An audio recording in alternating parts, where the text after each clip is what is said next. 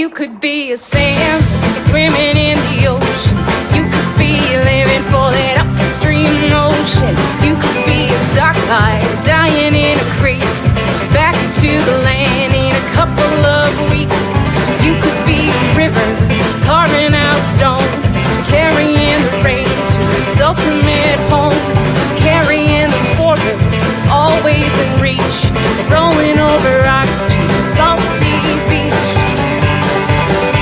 But if you decide that you're gonna eat salmon, you've got to know how to keep the cycle going, keep the cycle going. And if you decide that you're gonna eat salmon, you've got to know how to keep the cycle going, keep the cycle going. You could be a valley, twin forest hillsides. You could be a home, protected from the outside. You could feel the water following or chasing a bioregion, a watershed basin. You could be a bear cub, learning how to fish. You could say that salmon is your favorite dish. Take it from the river, eat it by the shore, leave some for the forest and then back for more. But if you decide that you're gonna eat salmon, you've got to know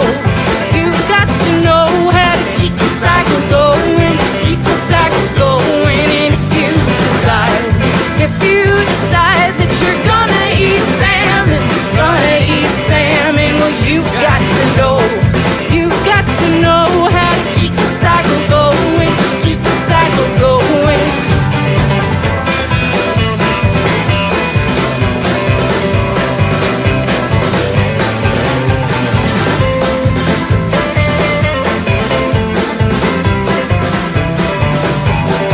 You could be a seaweed growing on the shoreline, every year salmon like an ancient timeline, eating up the soil, drinking up the rain, standing through the seasons time and again. You could be an eagle flying for the steel. You could say that salmon is your favorite meal. You could be hovering, airborne and weightless. You could be interdependent and stateless. But if you decide that you're gonna eat salmon, you've got to know how to keep the cycle going, keep the cycle going. And if you decide that you're gonna eat salmon,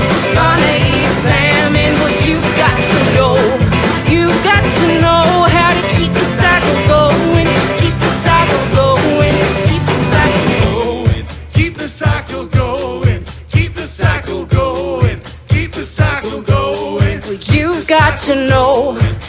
got to know how to keep the cycle going, keep the cycle going.